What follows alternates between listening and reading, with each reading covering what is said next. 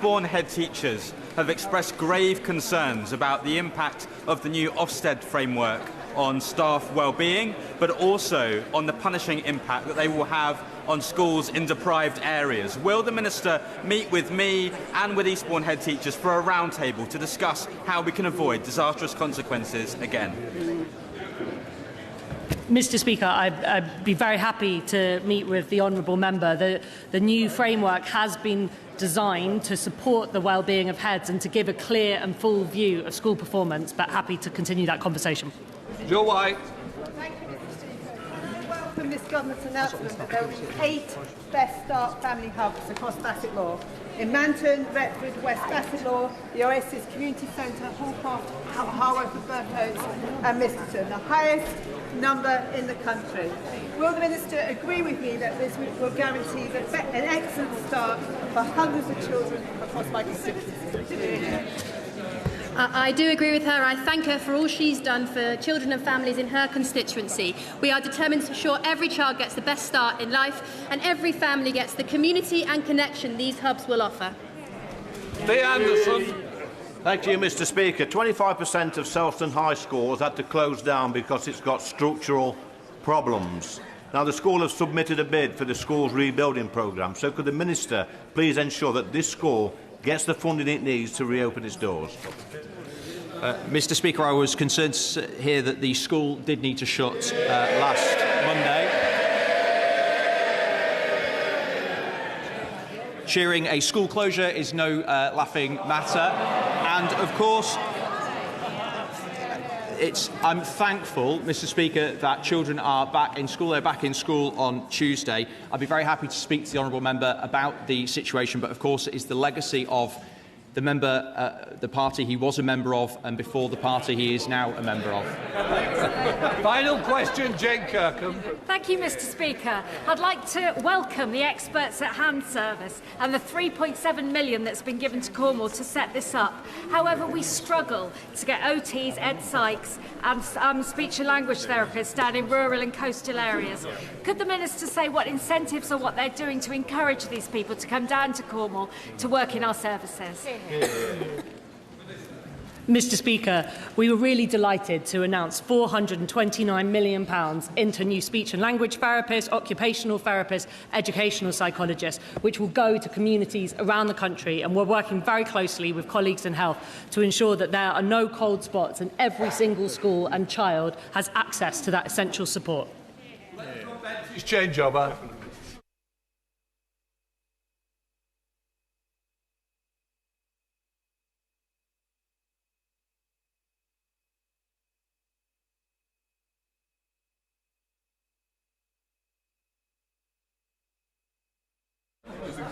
Order. Before we come to the Prime Minister, I wish to make a brief statement.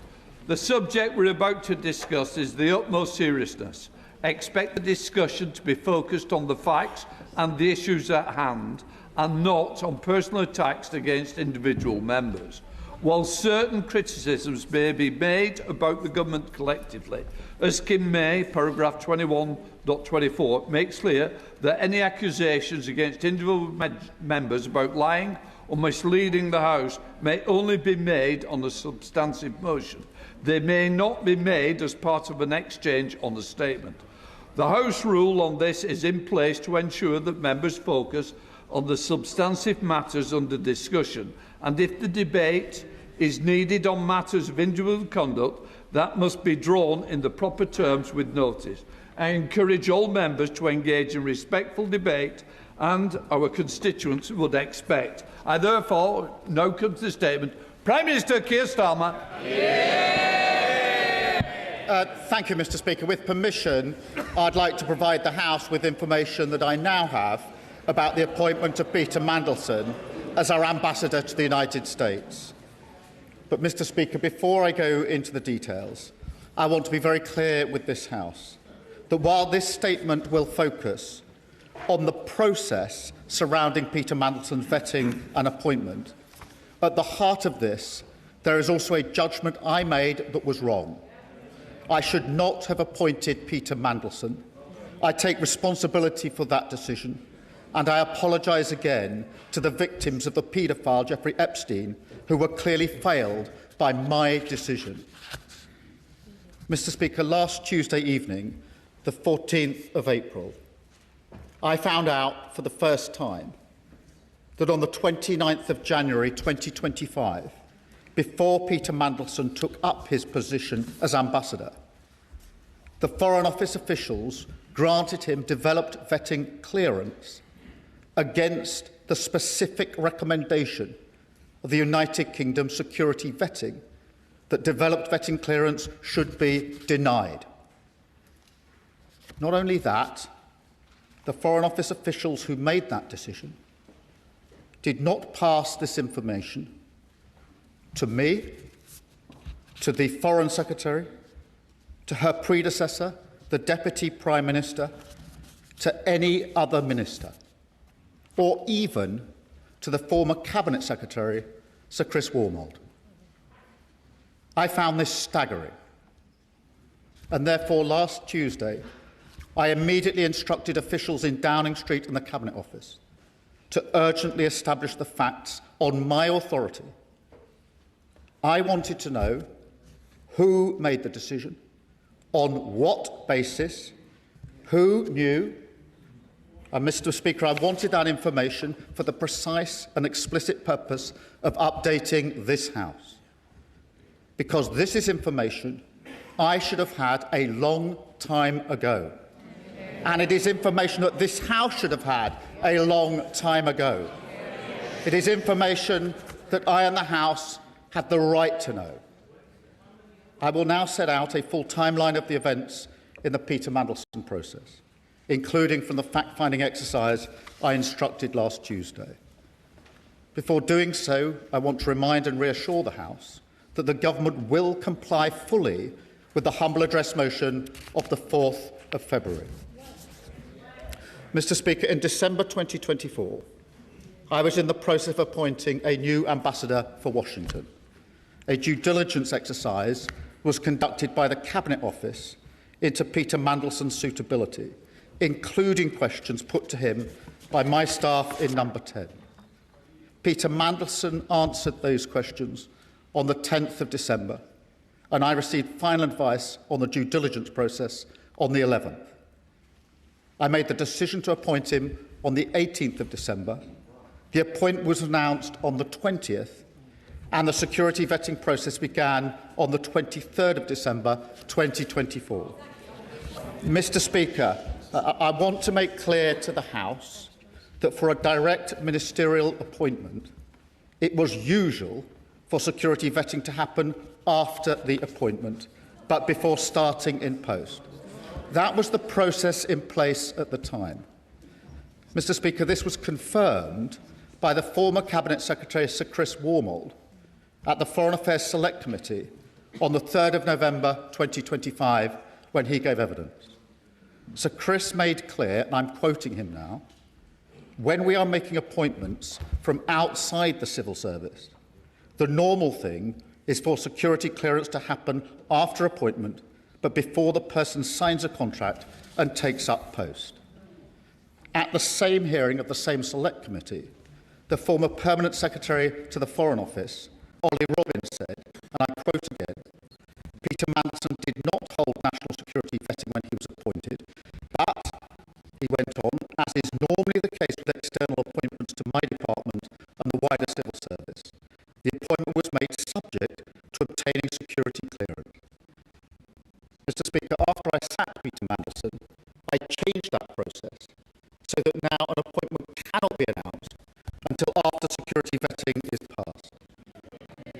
Mr. Speaker, the security vetting was carried out by UK Security Vetting, UKSV, between the 23rd of December 2024 and the 28th of January 2025.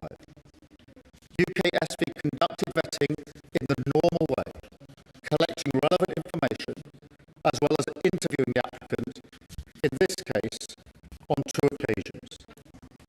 Then on the 28th of January 2025, UKSV recommended to the Foreign Office that developed vetting clearance should be denied to Peter Mandelson. of January 2025. Notwithstanding the UK SV recommendation that developed vetting clearance should be denied, Foreign Office officials made the decision to grant developed vetting clearance for Peter Mandelson. To be clear, for many departments, a decision from UK SV is binding, but for the Foreign Office, the final decision on developed vetting clearance is made by Foreign Office officials, not UK SV. However, once the decision in this case came to light, the Foreign Office's power to make the final decision on developed vetting clearance was immediately suspended by my Chief Secretary last week. Mr. Speaker, I accept that the sensitive personal information provided by an individual being vetted must be protected from disclosure. If that were not the case, the integrity of the whole process would be compromised. What I do not accept is that the appointing minister cannot be told of the recommendation by UK SV. Indeed, given the seriousness of these issues and the significance of the appointment, I simply do not accept that Foreign Office officials could not have informed me of UKSV's recommendations whilst also maintaining the necessary confidentiality that vetting requires.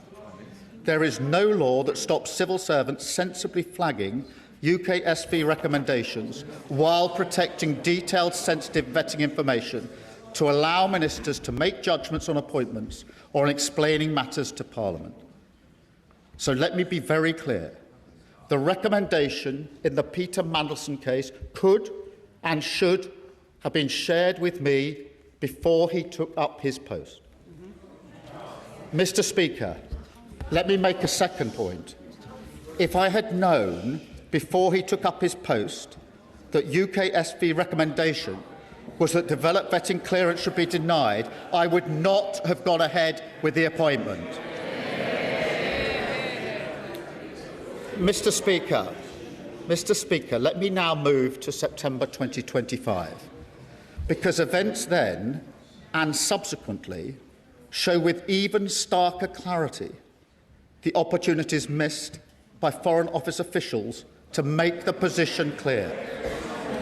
Mr. Speaker, on September the 10th, Bloomberg reported fresh details of Mandelson's history with Epstein. And it was then clear to me that Peter Mandelson's answers to my staff in the due diligence exercise were not truthful, and I sacked him. I also changed the direct ministerial appointments process, so full due diligence is now required as standard. Where risks are identified, an interview must be taken pre-appointment to discuss any risks and conflicts of interest, and a summary of this should be provided to the appointing minister. I also made clear that public announcements should not now be made until security vetting has been completed. Mr. Speaker, in light of the revelations in September of last year, I also agreed with the then Cabinet Secretary, Sir Chris Wormold, that he would carry out a review of the appointment process in the Peter Mandelson case, including the vetting. He set out his findings and conclusions in a letter to me on the 16th of September. He advised me in that letter, and again I quote, "The evidence I have reviewed leads me to conclude that appropriate processes were followed in both the appointment and the withdrawal of the former HMA Washington." When he was asked about this, Mr. Speaker, last week, the then Cabinet Secretary was clear that when he carried out his review, the Foreign Office did not tell him about the UKSV recommendation that developed vetting clearance should be denied to Peter Mandelson. I find that astonishing. As I said out Odyssey, I do not accept that I could not have been told about the recommendation before Peter Mandelson took up his post. I absolutely do not accept that the then Cabinet Secretary, an official, not a politician, when carrying out his review, could not have been told that UKSV recommended that Peter Mandelson should be denied developed vetting clearance. It was a vital part of the process that I had asked him to review. Clearly, he could have been told, and he should have been told. Mr. Speaker, on the same day as the then Cabinet Secretary wrote to me, so that's the 16th of September 2025, the Foreign Secretary and the then Permanent Secretary of the Foreign Office, Sir Ollie Robbins, provided a signed statement to the Foreign Affairs Select Committee. The statement says, and again I quote, "The vetting process was undertaken by UK Security Vetting on behalf of FCDO and concluded with DV clearance being granted by the FCDO in advance of Lord Mandelson taking up post in February." It went on to say, and again I quote, "Peter Mandelson's security vetting was conducted to the usual standards set for developed vetting in line with established Cabinet Office policy." Mr. Speaker, let me be very clear to the House. This was in response to questions which included whether concerns were raised, what the Foreign Office's response was, and whether they were dismissed. Mr. Speaker, that the Foreign Secretary was advised on and allowed to sign this statement by Foreign Office officials without being told that UKSV had recommended Peter Mandelson be denied developed vetting clearance is absolutely unforgivable. This is a senior Cabinet member giving evidence to Parliament on the very issue in question. Mr. Speaker, in light of further revelations about Peter Mandelson in February of this year, I was very concerned about the fact that developed vetting clearance had been granted to him. Not knowing that, in fact, UKSV had recommended denial of developed vetting clearance, I instructed my officials to carry out a review of the national security vetting process. As I set out, I do not accept that I could not have been told about UKSV's denial of security vetting before Peter Mandelson took up his post in January 25. I do not accept that the then Cabinet Secretary could not have been told in September 2025 when he carried out his review into the process. I do not accept that the Foreign Secretary could not have been told when making statements to the Select Committee again in 2025. But, Mr. Speaker, on top of that, the fact that I was not told even when I ordered a review of the UKSV process is frankly staggering. And I can tell the House that I've now updated the terms of reference for the review into security vetting to make sure it covers the means by which all decisions are made in relation to national security vetting. I've appointed Sir Adrian Fulford to lead the review. Separately, I've asked the Government Security Group in the Cabinet Office to look at any security concerns raised during Peter Mandelson's tenure. Mr. Speaker, I know many members across the House will find these facts to be incredible.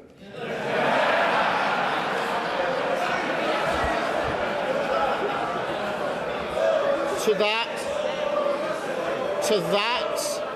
that, I can only say they are right. It beggars belief that throughout the whole timeline of events, officials in the Foreign Office saw fit to withhold this information from the most senior ministers in our system in government. That is not how the vast majority of people in this country expect politics, government or accountability to work. And I do not think it's how most public servants think it should work either. I work with hundreds of civil servants, thousands even, all of whom act with the utmost integrity, dedication and pride to serve this country, including officials from the Foreign Office who, as we speak, are doing a phenomenal job representing our national interest in a dangerous world, in Ukraine, in the Middle East and all around the world. This is not about them, but yet it is surely beyond doubt that the recommendation from UKSV that Peter Mandelson should be denied developed vetting clearance was information that could and should have been shared with me on repeated occasions and therefore should have been available to this House. and ultimately to the British people. And I commend this statement to the House. Kemi Bay, not Leader of the Opposition. Thank you, Mr. Speaker. And I thank the Prime Minister for advance sight of his statement. His reputation is at stake. Everyone is watching. It is finally time for the truth. Earlier today, Mr. Speaker, Downing Street admitted that the Prime Minister inadvertently misled the House. The Prime Minister has chosen not to repeat that from the dispatch box. I will remind him that under the Ministerial Code, he has a duty to correct the record at the earliest opportunity. The Prime Minister says he only found out on Tuesday that Peter Mandelson failed the security vetting. The earliest opportunity to correct the record was Prime Minister's questions on Wednesday, almost a week ago. This is a breach of the Ministerial Code. Under that code, he is bound to be as open as possible with Parliament and the public in answering questions today. So let me start with what we do know. We know the Prime Minister personally appointed Peter Mandelson to be our ambassador to the United States. We know that Mandelson had a close relationship with a convicted paedophile. We know that he had concerning links with Russia and China, links that had already raised red flags. We know that the Prime Minister announced the appointment before vetting was complete, an extraordinary and unprecedented step for the role of US ambassador. The Prime Minister says that it was usual for this because it was a political appointment. So I will remind him and the rest of the Labour front bench who were heckling that Peter Mandelson was a politician who had been sacked twice from government for lying. That meant he should have gone through the full security process.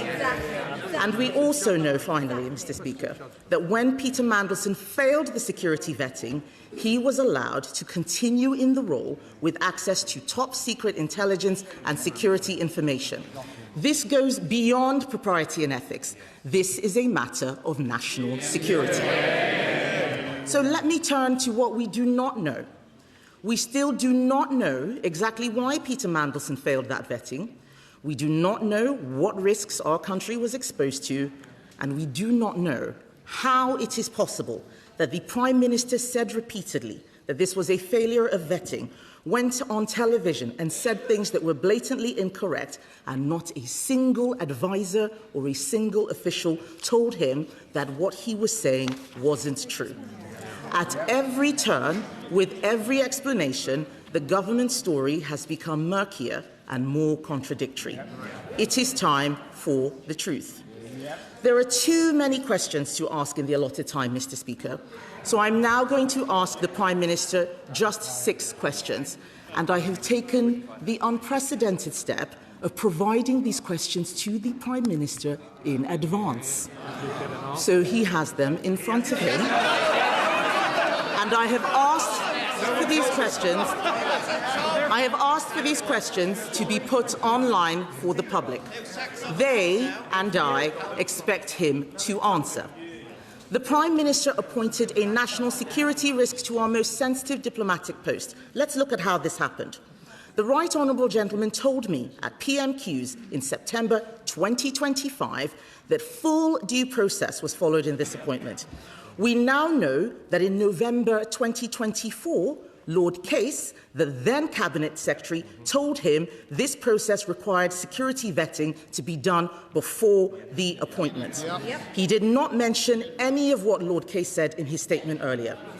So, first question, does the Prime Minister accept that when he said on the floor of the House that full due process was followed, this was not true? Secondly, on the 11th of September last year, journalists asked his Director of Communications if it was true that Mandelson had failed security vetting. These allegations were on the front page of a national newspaper. And yet, Number 10 did not deny the story. Why? 3. Will the Prime Minister repeat from the dispatch box his words last week that no one in Number 10 was aware before Tuesday that Mandelson had failed his vetting? The Prime Minister says he's furious that he wasn't told the recommendations of the vetting. Yet on the 16th of September, a Foreign Office minister told Parliament, and I quote, "The national security vetting process is rightly independent of ministers who are not informed of any findings other than the final outcome." This was the government's stated process.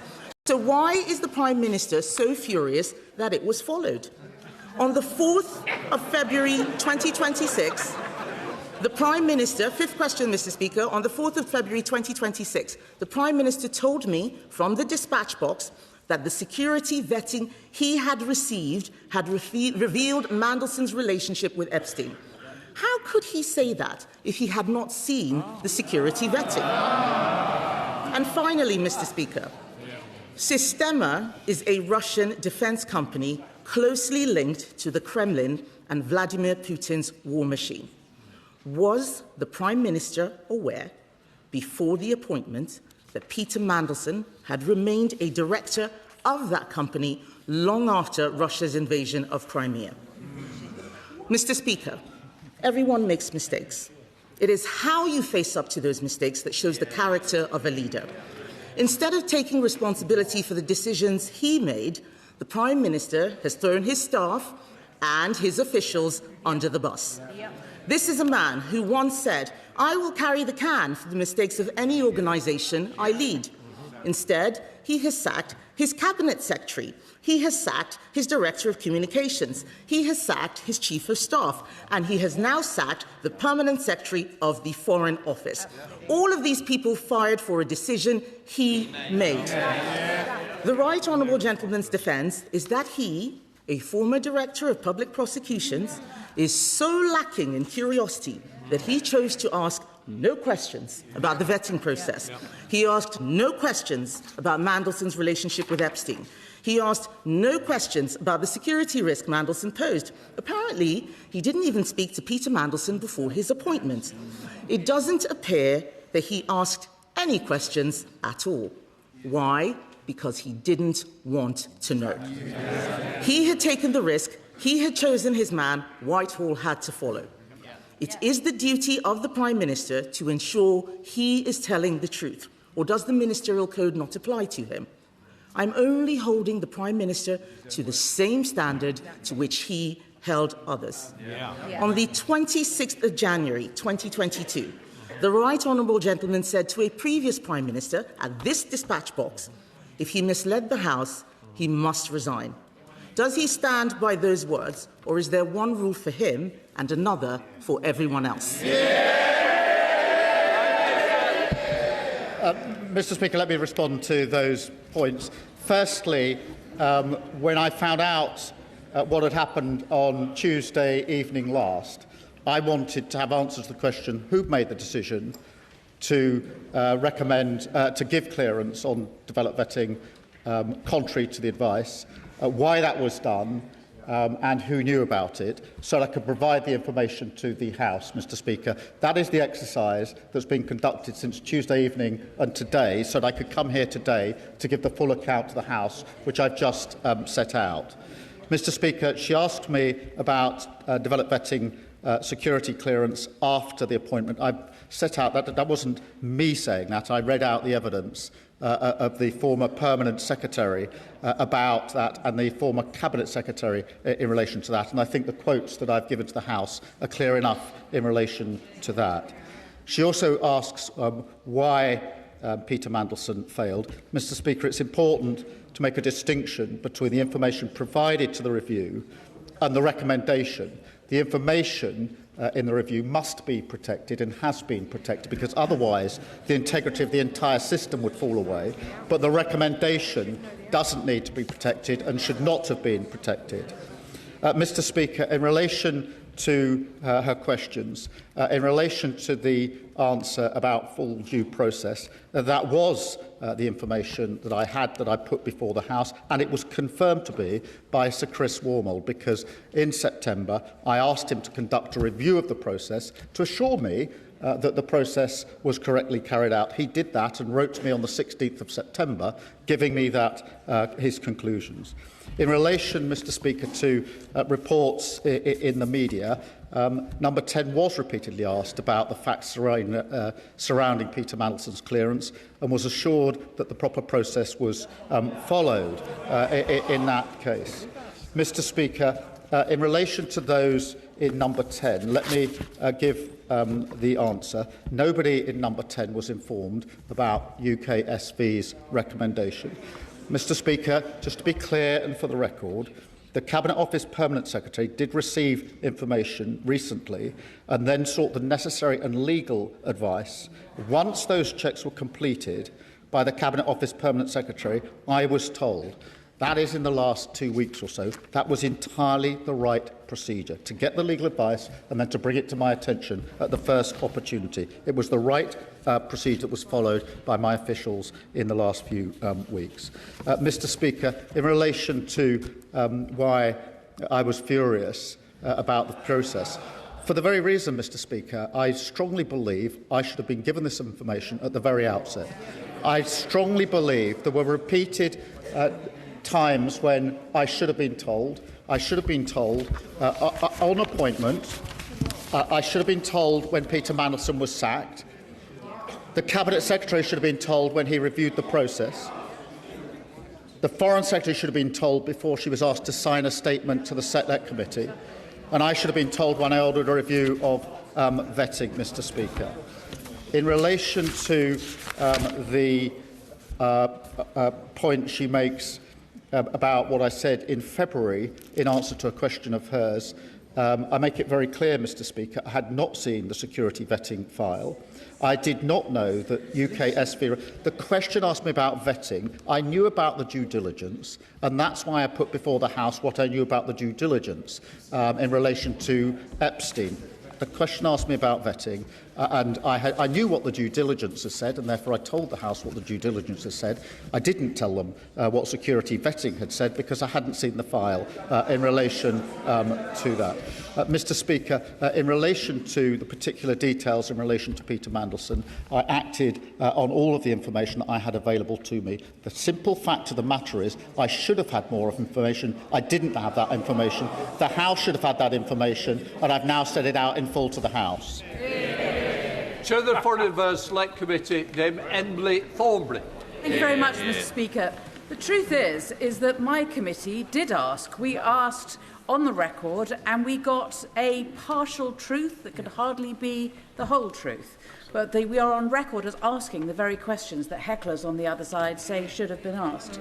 And the answers are there on the record to see just what we got when we did ask. Exactly. Mr. Speaker, may I just turn to my question? A month before Mandelson's appointment was announced, the then Cabinet Secretary advised that the necessary security clearance should be acquired before confirming a political appointment.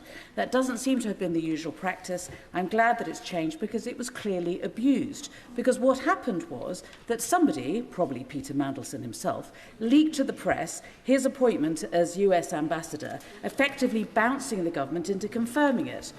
But then when the confirmation did come forward about his appointment, it did not make clear that it was subject to vetting in either the offer letter to Peter Mandelson or in the government's press release.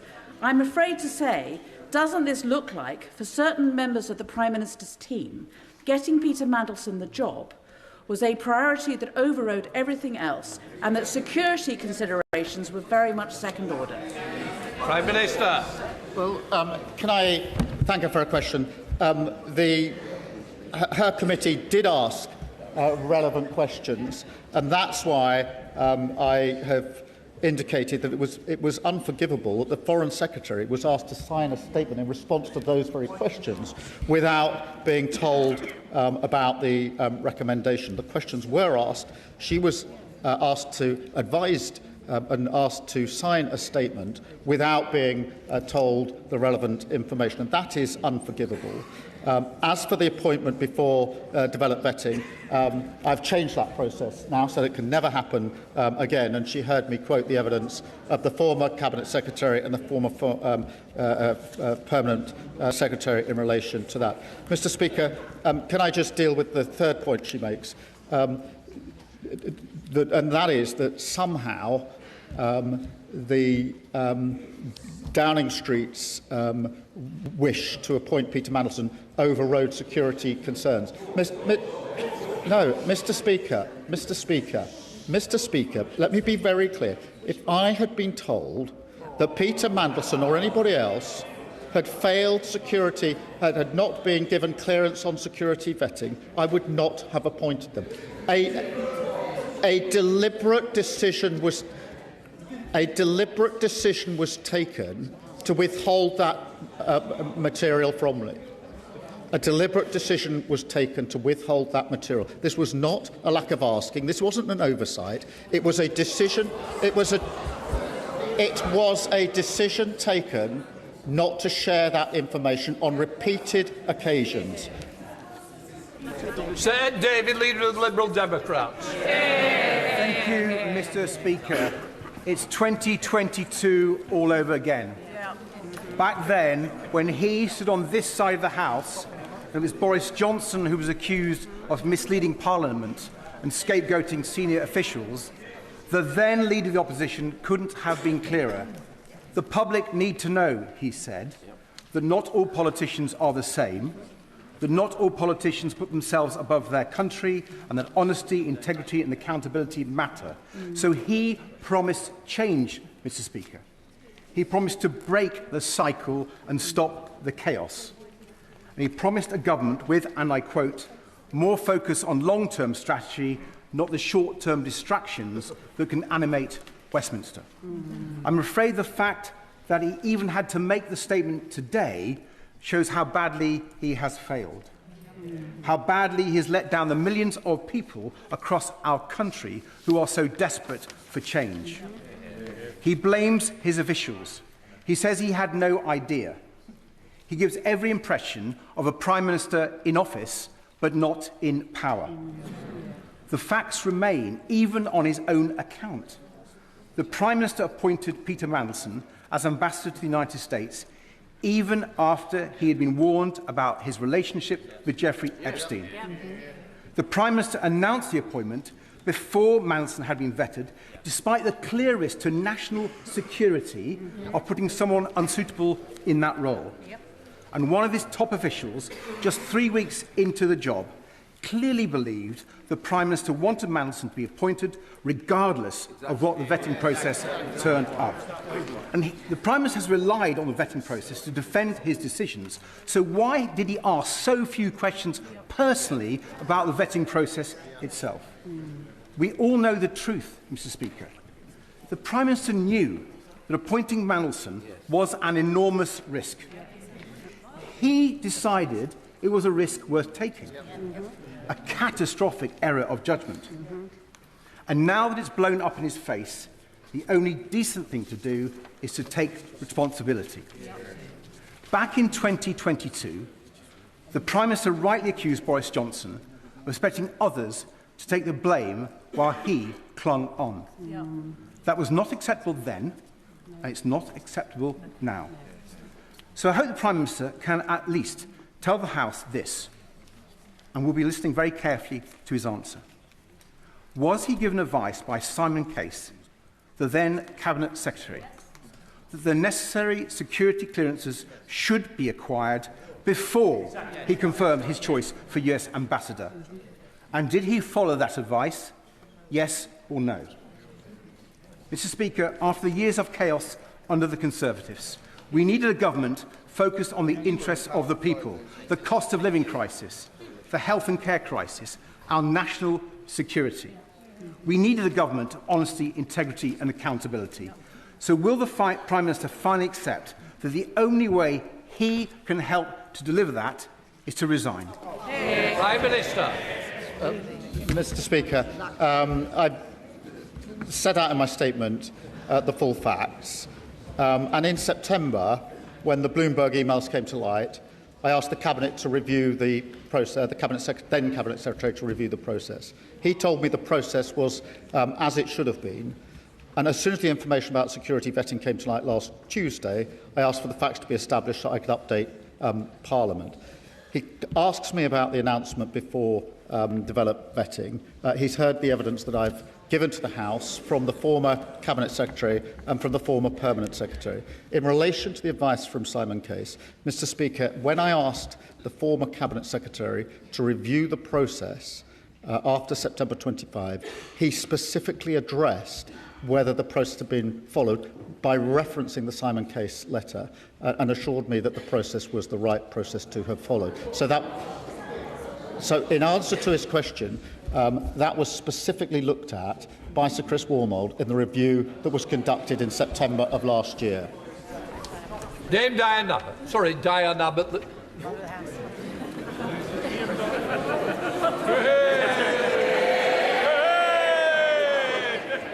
The Prime Minister has gone on at considerable length about process and procedure. But ordinary people don't really care about process and procedure. They want transparency, and they want to know that they can have confidence in the words of elected politicians, like all of us in this chamber. On the question of Peter Mandelson, it was in the 90s that Peter Mandelson had to resign from the Cabinet for the first time because of his dealings with the millionaire Geoffrey Robinson. It was a few years later he had to resign from the Cabinet for the second time because of his relationships with the billionaire Hinduja family. Peter Mandelson has a history.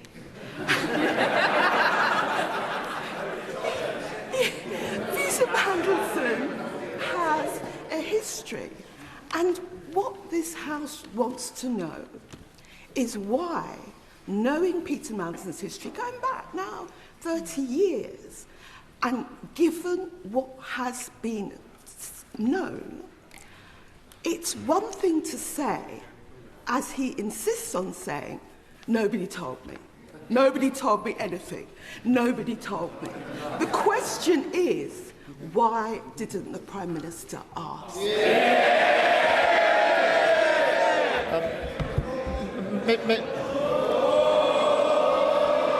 Mr. Speaker, in relation to her question, let me be clear. I should not have appointed Peter Mandelson.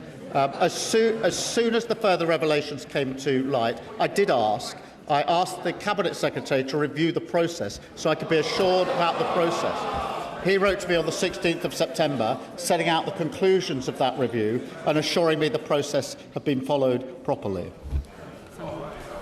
Simon Hoycher of Packer.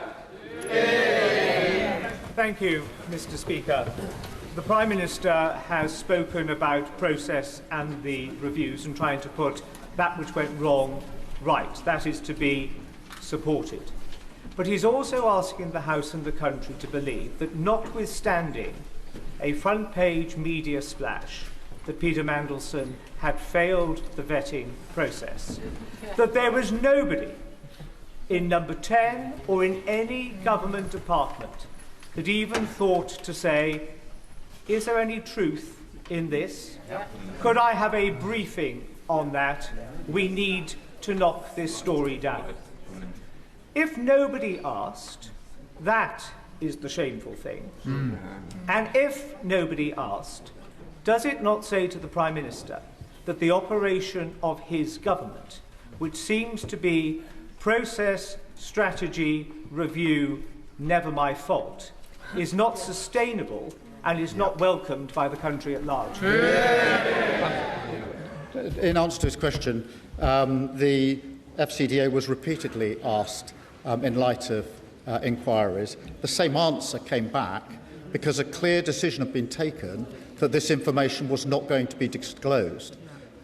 And it wasn't disclosed to me, let alone to anybody else. So, yes, repeatedly the FCDO was asked. The same answer came back as the answer that was given to me. The decision was that I wasn't to know and nobody else was to know. That was wrong. John Macdonald. Can I say that on this side of the House, at least, to my honourable friend, many will appreciate his apology today.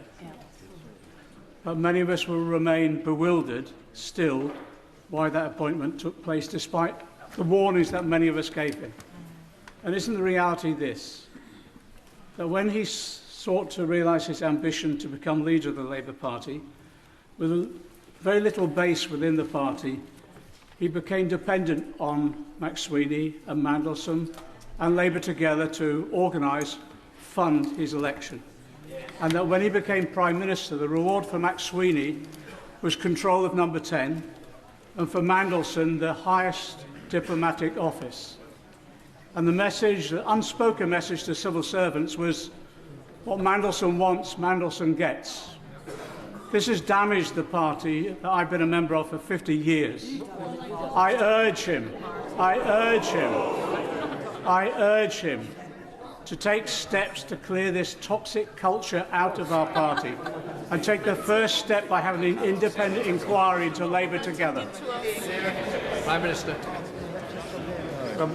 Mr. Speaker, can I just deal with what's at the heart of that question in relation to an unspoken message to civil servants? I don't accept that, Mr. Speaker.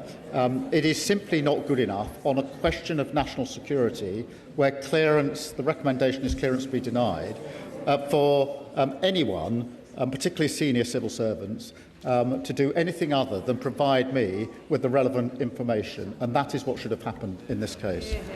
Sir Jeremy Wright. Very much, Mr. Speaker. The Prime Minister has been very clear about his view of the urgency of his response since he learned of this vetting information. So I want to ask him about the events of last week. He will know that the Intelligence and Security Committee asked for any information relevant to vetting to be supplied to it in the first tranche of information we were to consider. We didn't receive anything about vetting at that time. The Prime Minister has told us now that on Tuesday evening he became aware of the information he has set out. But the Intelligence and Security Committee was not told about the existence of that information, information the Prime Minister must have recognised was within the terms of the humble address and would need to be supplied to the ISC. We were not told by his officials about the existence of that information until Thursday, after it had been published, its existence had been published in the Guardian newspaper. So I am bound to ask the Prime Minister this. If that information's existence had not been disclosed by the press, would we have been told about it? And if so, why did the ISC have to learn of its existence from the Guardian and not from the government? Prime Minister. Thank you for his question, and the answer is yes, it would have been provided to the committee, and I think, as he acknowledged, it has now been provided to the committee. The reason for the delay is on Tuesday night I found out simply that the recommendation had been made to deny clearance, and yet clearance had been given. I wanted to understand who gave that clearance, on what basis, and who knew about it, so I could update the House and obviously make the information available to the committee. And that's what I asked on Tuesday night my officials urgently to do, so that the full picture could have been put before both the House and the committee. And I'll make sure that the full picture is put before the committee. Alistair Strapper. Thank you, Mr. Speaker. Many of my constituents are rightly appalled that someone who betrayed not just our country but every single victim of Jeffrey Epstein was able to serve in such a prestigious position. Whatever the judgment in the security vetting file, that decision to appoint him was wrong, and I welcome the Prime Minister's owning an apology for that moment. But many of my constituents are also rightly concerned to learn that not a single democratically elected official in government was informed about that decision. Given this, what undertakings is the Prime Minister instigating right across government to ensure that in the future it's our democratic decision makers who are putting the full picture for these crucial judgments? Prime Minister. Can I thank him? And Mr. Speaker, that is precisely why I've asked for the entire developed vetting process to be reviewed by Sir Adrian Fulford. And I've made it absolutely clear to this House and to the civil service that my strong view is that the information that was not provided to me could have been provided and should have been provided. Thank you, Mr. Speaker. The Prime Minister wants us to focus on process and not his judgment.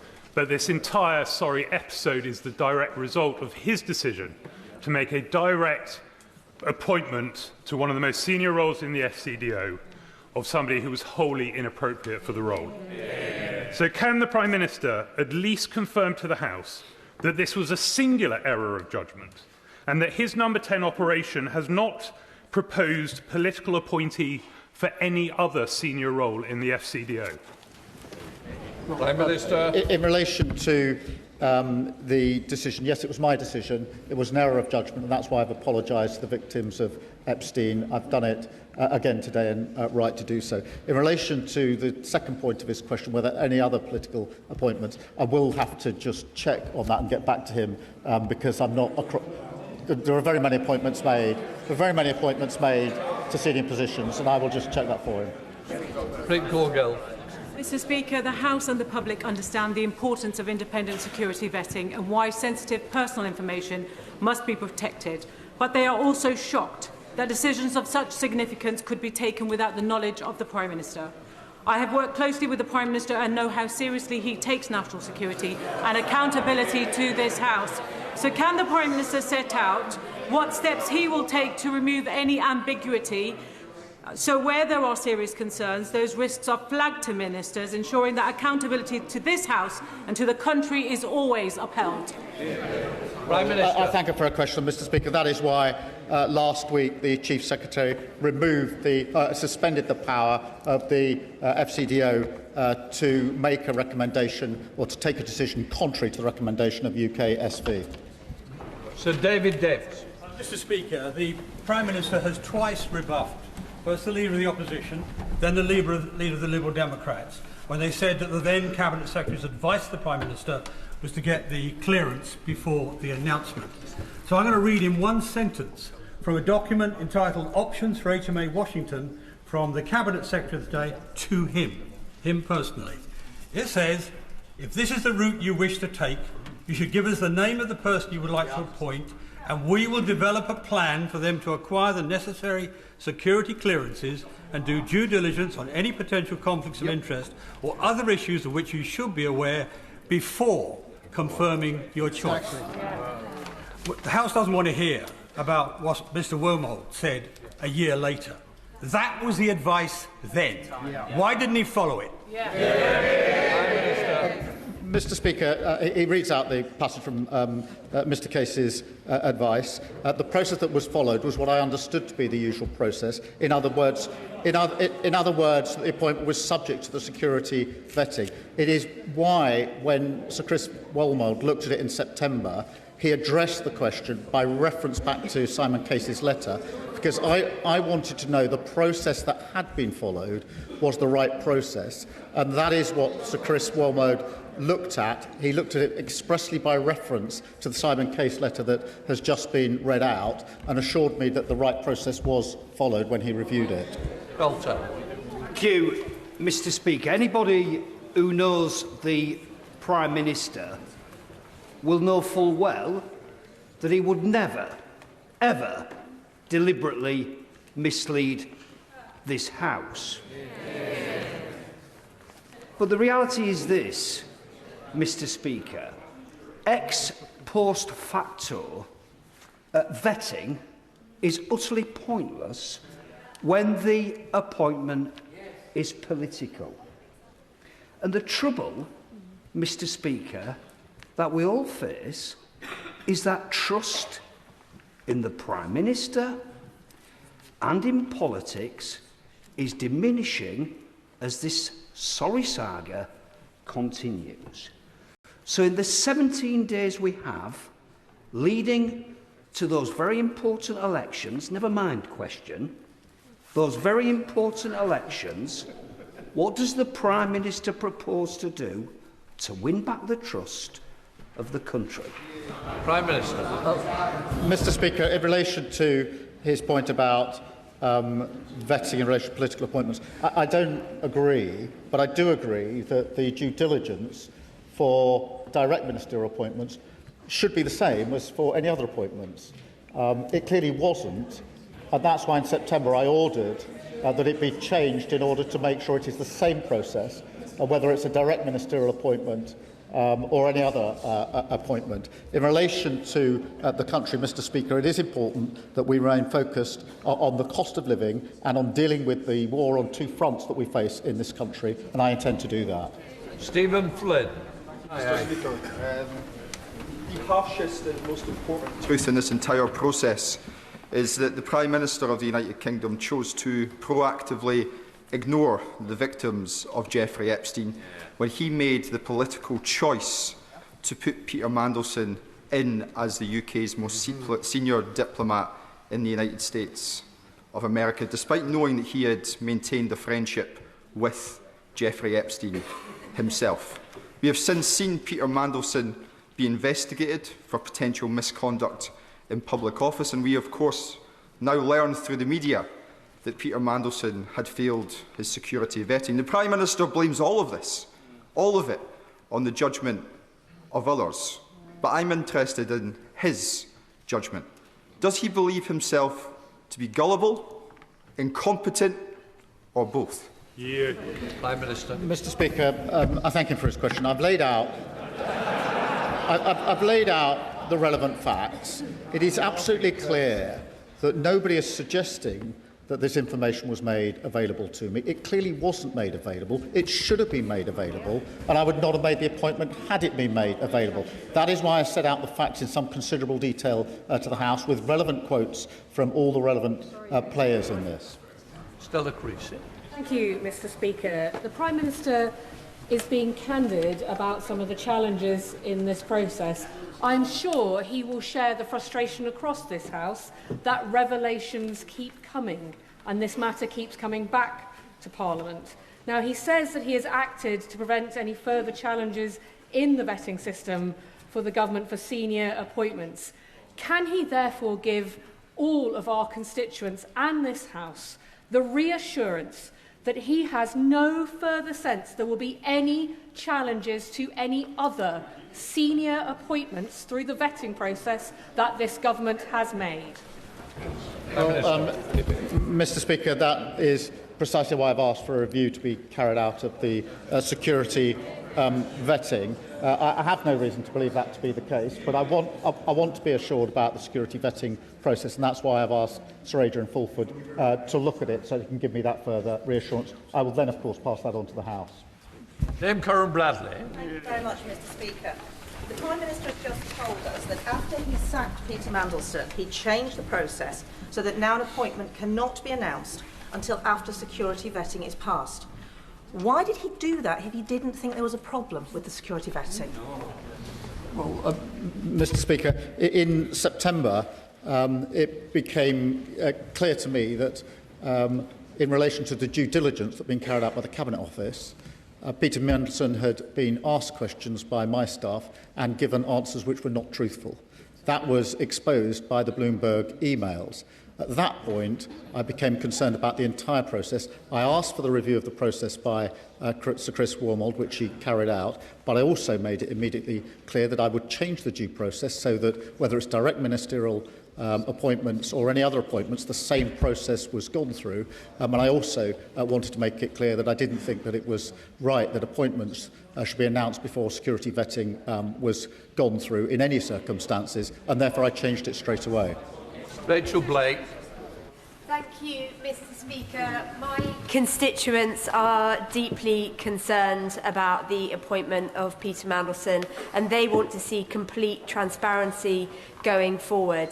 I'm really concerned to read that the civil servants in the Cabinet Office may have had this information about a month ago, and it has taken them this long to be able to be in a position where they can share the information with the democratically elected person making this appointment. What can the Prime Minister share with us today so that we don't have to face this type of issue going forward?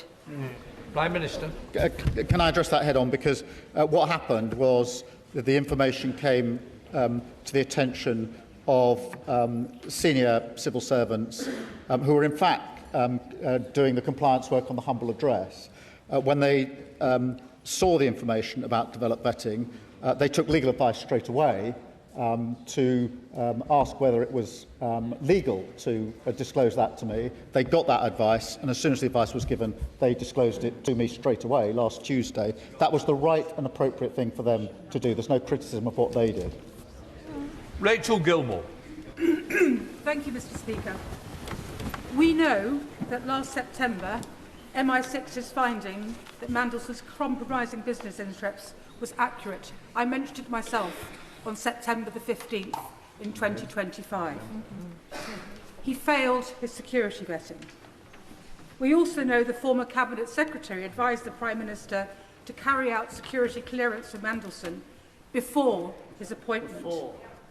It was reported in the Times yesterday that Mandelson was given strap, very, very highest security vetting, well beyond DV, despite being failed for DV. It is likely that the Americans will have serious questions about what secrets of theirs a compromised British ambassador might have accessed. Despite all this, we also know that the PM and Number 10 were utterly determined to appoint Mandelson as ambassador to DC, come hell or high water. My question is why? Prime Minister. Can I assure her that I have ordered a review of any national security issues arising in relation to what I found out last Tuesday, and I'll obviously update the House when that review is complete. Dr. Rupa Hutt. Thank you, Mr. Speaker. And I also thank the Prime Minister for his heartfelt statement. And, if we're judging parties on actions, not words, for reviving the post of anti-corruption czar. It was vacant for 3 of his predecessors, years and years, starting with Boris Johnson's lockdown breaches. So can I ask the Prime Minister, now that we have the heavyweight Margaret Hodge in post, what plans does he have for this broader policy area? Well, I'm sure that Margaret Hodge will do a very good job in that role, as she's done in so many other roles previously. Sir Julian Lewis.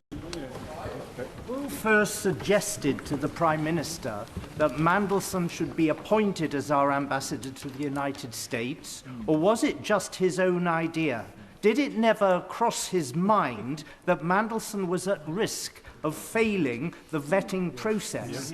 And before sacking Oliver Robbins last week, did the Prime Minister ask him why he overruled the verdict of the security vetters, and if so, what was his explanation? I did ask him, and I didn't accept his explanation. That's why I sacked him. Rachel Musk. Thank you, Mr. Speaker. At the beginning of February, in February 2026, we learnt that Peter Mandelson had shared highly sensitive government information with Jeffrey Epstein from the former Prime Minister Gordon Brown. At that juncture, if I was in his shoes, I would have been forensic in recognising a security risk and wanting detailed answers. What's not adding up for me is why we are now in mid-April before we get this information, and why the Prime Minister didn't drill down to ensure that we had the security information, which clearly we learnt that Peter Mandelson had breached. Well, Mr. Speaker, it was at that point that I did order the review of the security vetting, because I was concerned that it had failed. In fact, because of information I wasn't given, it hadn't failed. It had actually given the recommendation that clearance should be denied. The fact that when I ordered a review of UK SV, senior officials in the Foreign Office didn't at that stage, if at no other stage, bring to my attention the information they hadn't told me is astonishing, because I was ordering a review of the process, which which looked as though it had failed, when in fact it had flagged the relevant concerns. So Oliver Dalton. Thank you, Mr. Speaker. Further to the point from my honourable friend, the member for New Forest West, I think the Prime Minister does owe it to the House to tell us what Sir Ollie Robbins' response to him was when he said he'd overruled that advice, because in my experience, senior officials are actually very keen to deliver on the wishes of ministers, particularly a newly elected Prime Minister. And my concern here is that implicitly, as other members have made the point, Sir Ollie Robbins was responding to a desire from the Prime Minister, because it was perfectly clear in all of the newspapers the allegations are out there about Peter Mandelson, but the Prime Minister decided to proceed anyway. The official wished to deliver on the desire of the Minister. That's why he overruled the advice, and I fear also gave him the Prime Minister a degree of plausible deniability. Prime Minister. Let me answer that. In relation to Sir Ollie. Let me start by saying he's had a distinguished career, and I must say that, and I do say that. I still, notwithstanding that, he should have provided this information to me, and he could have provided it to me. He's giving evidence tomorrow, but I can say to the House that when I spoke to him on Thursday, his view to me was that he couldn't provide this information to me because he wasn't allowed to provide the information to me. I don't want to put words in his mouth, because it's very important he gives his own evidence. In relation to the question that's being asked of me, when I said why wasn't this shared with me, he did. I've been asked what questions I put to him, and I've been asked the answer, and I'm trying to give that answer. I'm trying to give it without putting words into Ollie Robbins' mouth, because I don't think that's fair of me to do so. But what he said to me was essentially that he took the view that this process did not allow him to disclose to me the recommendation of UK SV. No doubt he'll be asked further questions about that. He did. That is the reason that he gave to me. Sarah Champion.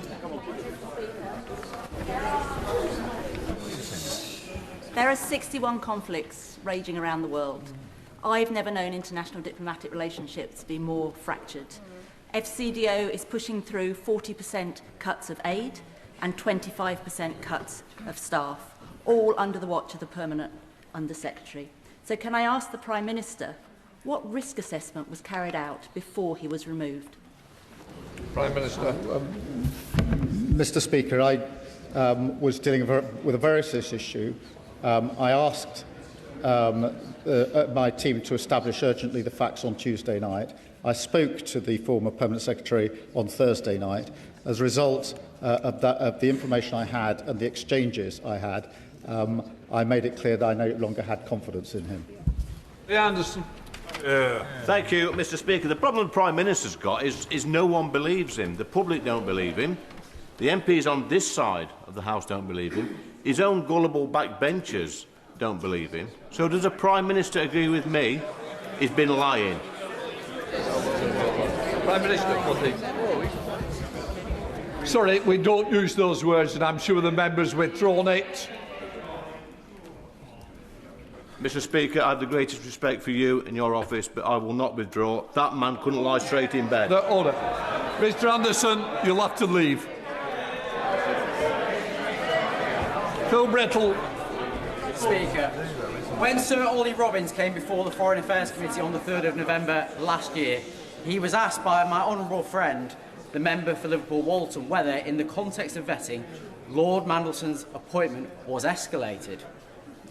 Citing a need to maintain the integrity of the vetting system, Sir Ollie replied, and I quote, "I certainly cannot comment on that, I'm afraid." Does the Prime Minister not find it perverse that when specifically asked by members of this Parliament about Mandelson's vetting, Sir Ollie declined to discuss the very topic we are now debating in this House? Prime Minister. Well, I've read that evidence, and it remains my strong view that the recommendation of UK SV could and should have been shared with me, and could have and should have been shared with the Foreign Secretary, and thus with the Select Committee, and it should have been. Andrew Mitchell. Thank you, Mr. Speaker. Further to the question raised by my right honourable friend, the member for Hartsware, Mr. Speaker, is it not pretty poor form that the Prime Minister shovels the blame for this particularly onto Ollie Robbins, a fine and experienced civil servant who was appointed 2 days after the Prime Minister's Mandelson announcement? Surely, Mr. Speaker, the buck stops at the top. Prime Minister. Can I say again, Sir Ollie Robbins has had a distinguished career, and I've worked with him over a number of years. Nonetheless, he could and should have shared this crucially relevant information with me before Peter Mandelson took up his post, and he should have done at various points after that.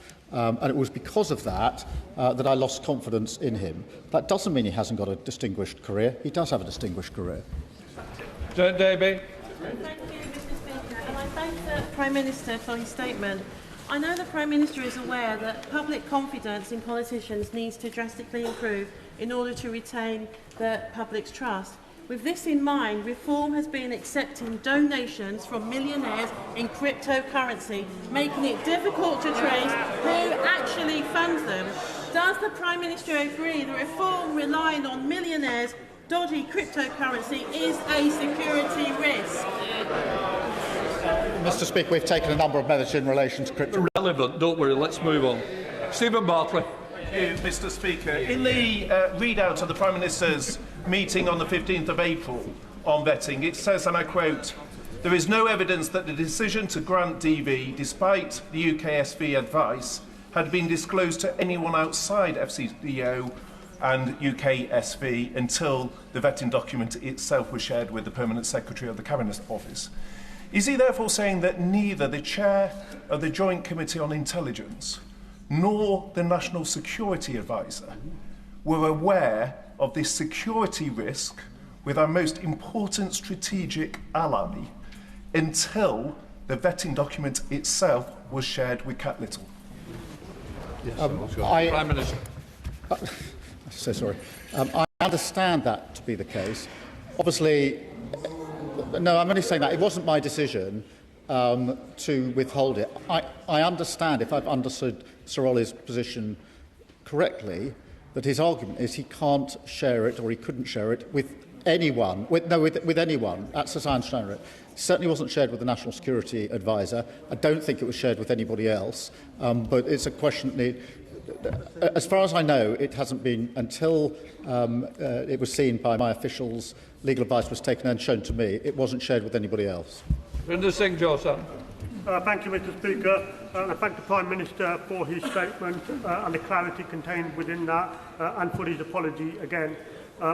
Despite the protestations of leaders of parties opposite and members opposite, and including some on these benches as well, I'm sure everybody in this House agrees that the government of the day should take advice of our intelligence and vetting services and act on it. Yes. In view of everything we've heard, and this is a fundamental question for me, how can government act on intelligence service and vetting advice if ministers never get to receive that advice? Prime Minister. Well, Mr. Speaker, in many instances, it's the recommendation of UKSV that is effectively the final decision. So, of course, it's known. In the Foreign Office, there is the additional part of the process in which the final decision is, in fact, taken by the Foreign Office officials rather than the recommendation of UKSV. That is what has now been suspended, so that in the Foreign Office as well, the recommendation of UKSV is what matters. Gavin Robinson. Thank you very much, Mr. Speaker. Mr. Speaker, the Prime Minister knows that he is the main character in an ongoing national scandal. And given all the blame apportioned in his statement, it is incredible that only one person has lost their position. But would the Prime Minister also recognise it is incredible to learn that in Northern Ireland a political appointment was made following the refusal to clear an individual for security access, that they have continued in their post, engaged on issues connected with the legacy of our troubled past with full security clearance, despite security service concerns, and they continue to this day. So if the Prime Minister is ordering a review by Sir Adrian Fulford, will he ensure it includes within its terms of reference or separately a deep dive into the appointment of Marie Anderson, the Northern Ireland Police Ombudsman? Why she was appointed, why the security information was ignored, and how this can be the case. Prime Minister. Can I thank him? And I will ensure the review covers all the relevant issues and material, and I'll take into account what he's just said. Baraka. The Prime Minister has the right to expect that his senior civil servants will always tell him the truth and the whole truth. He will recall that Mrs. Thatcher used to say of Lord Young that she liked David because he always brought her solutions and not problems, while her other ministers brought her problems. Does he believe that there is a problem within the civil service, that promotion and advancement is on the back of not giving your ministers problems, and that on this occasion the senior official at the FCDO knew that if he did tell the Prime Minister what he ought to have told the Prime Minister, he was bringing him a problem? Prime Minister. Well, I thank him. Can I just be clear? We have thousands of civil servants acting every day with integrity and professionalism, doing the job to their very best ability. As I understand what Sir Ollie is saying, he is saying that he believed he couldn't give me this information, that he was prohibited from doing so. I disagree with him. I think he could and should have given me this information, but I don't think that that is any reason to suggest that across the civil service people act for any improper motive. Sir Bernard Jenkins. Thank you, Mr. Speaker. Can I just point out that the developed vetting process has always been highly protected, because otherwise it wouldn't work. People would not give information to the developed vetting process if they thought that any detail of that was likely to be disclosed, or even if the result, the assessment, low, medium or high risk, was likely to be exposed. And that is why the previous Labour government in 2010 wrote into the Constitutional Reform and Governance Act, Section 3, in order to prohibit that disclosure. And if he is now saying that developed vetting is now going to be available to ministers on a routine basis, wouldn't it be undermining the very process upon which we depend for our national security? Prime Minister. Well, with respect, I don't agree with his analysis. I certainly agree that the information that's provided into the process by the applicant has to be protected, because as anybody who's been through the process will know, it's an incredibly detailed and intrusive process, and it's very important that individuals give full and truthful accounts of all the questions they're given to them. That is why that needs to be protected. I do not accept that means that the recommendation of the UKSV cannot be shared with ministers, including the Prime Minister. I think there's a distinction between the two. I accept the first. I utterly reject the second. Jane Kirkham. The Foreign Office shared the outcome of the vetting process, but not the conclusions of the vetting reports. Not just the detail, but the conclusions too. If the Prime Minister is going to own a decision, he needs to know what is within it. What changes will he be making to stop this happening again? Prime Minister. Well, I thank her for a question, and that's why I've asked for a review of the entire process so it can be looked at from start to finish, including the question of whether there should be any circumstances in which the recommendation of UKSV could not be followed. Lisa Small. Mr. Speaker, I'm going to try again, because a number of members and right honourable members have asked a question and I'm not quite sure I heard an answer from the Prime Minister. Why did the Prime Minister choose to ignore the advice from the then Cabinet Secretary, Simon Case, to seek security vetting before confirming Peter Mandelson as his pick? I understood the procedure to be that the appointment was made subject to the security vetting. That's what I was told. But the question she raised is the question I raised in September, which is why I asked Sir Chris Walmole to look at the process and in particular, he looked at the advice, the letter from Simon Case, to answer the question: was the process followed? And he gave me the answer that he thought right, having concluded that process. Debbie Abraham. Thank you, Mr. Speaker, and I thank my right honourable friend for his statement. But for clarity, could he confirm to who and when the UK security vetting report outcomes were made available, and also what guidance is given to senior officials on matters that must be escalated to their ministers? Prime Minister. The process was that UKSV informed FCDO of their findings and their recommendation. Then there's an escalation process. It's part of the process in the sense that it is the FCDO in these particular cases to make the final decision, which is what they did in this case. Sir Ian Duncan-Smith.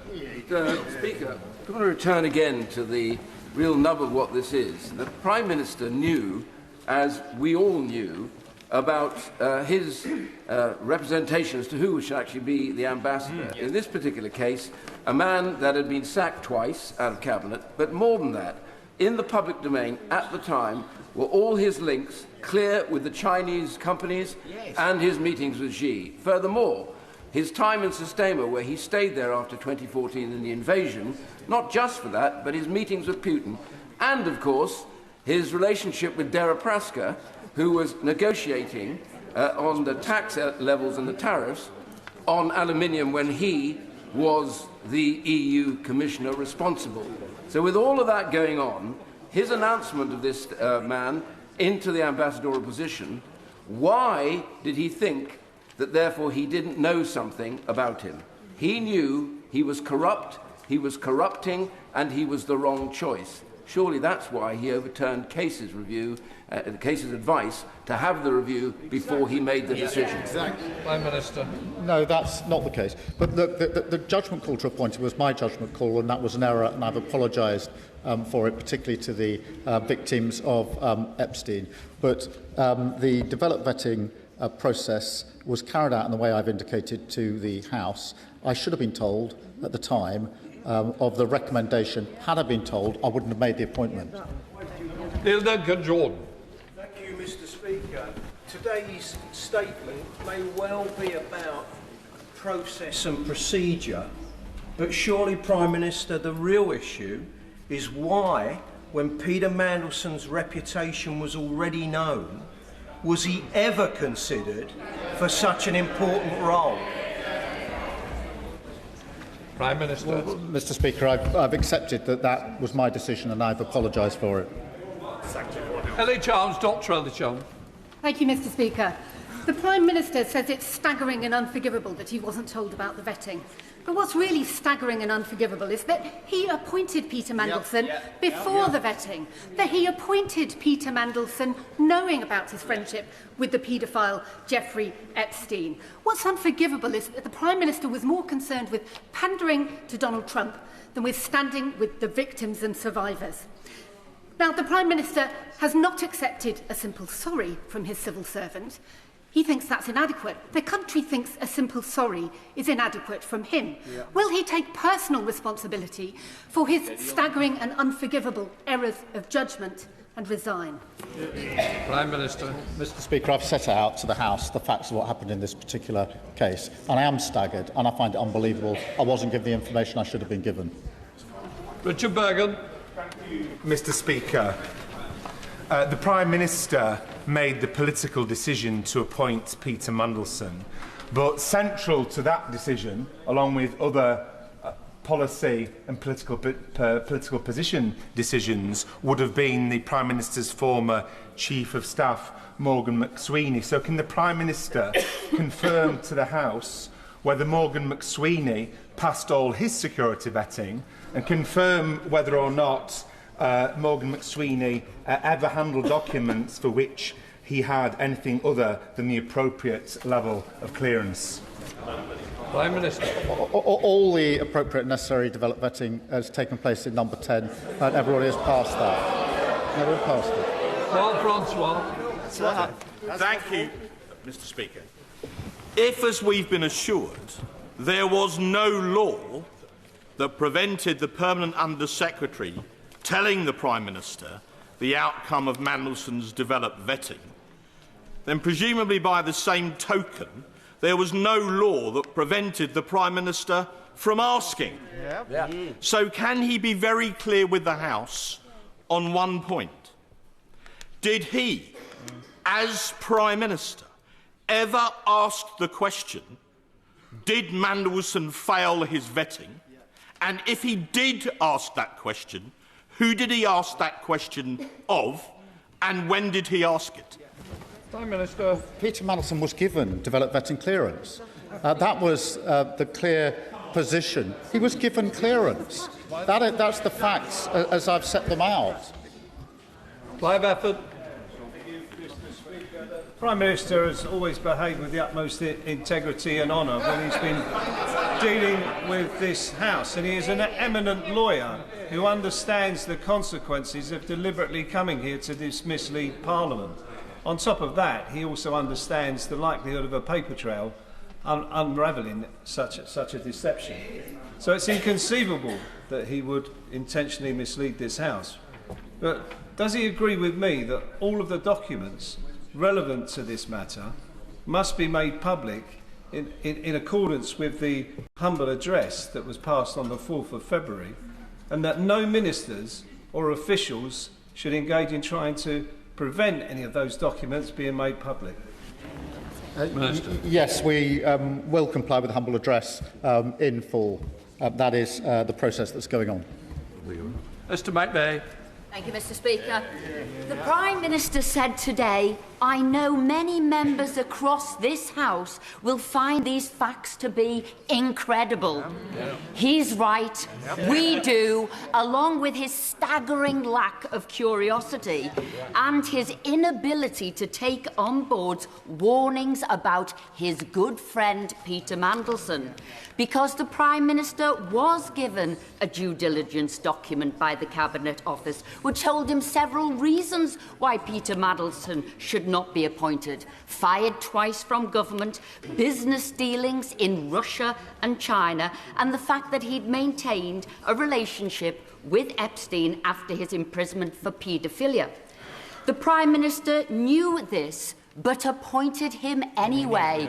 Why, Prime Minister? Why? Prime Minister. Peter Mandelson was asked various questions on the back of the due diligence exercise, and he didn't tell the truth in those answers.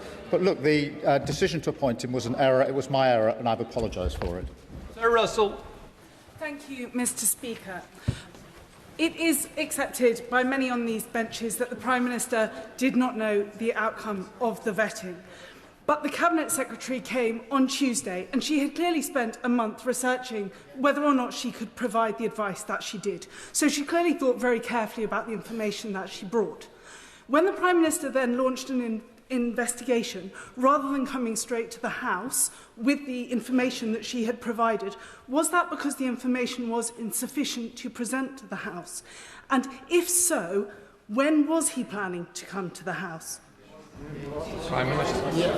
It was insufficient because all it told me was that the recommendation of UKSV was to deny clearance. What it didn't tell me was who then provided the clearance, why did they do it, and who knew. And they were questions that the House obviously would want to raise with me, and that's why I urgently asked for those facts to be established so I could come to the House today and provide the full account that I have provided to the House. Colin Miller.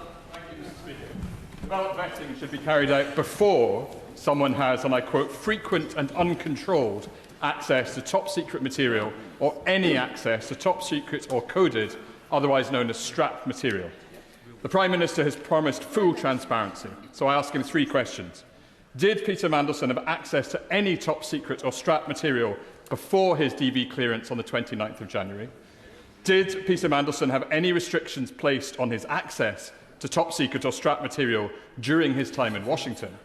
And if so, has the Prime Minister assured himself that Mandelson did not leak any of this material, just as he had leaked commercially confidential material to Jeffrey Epstein under Gordon Brown?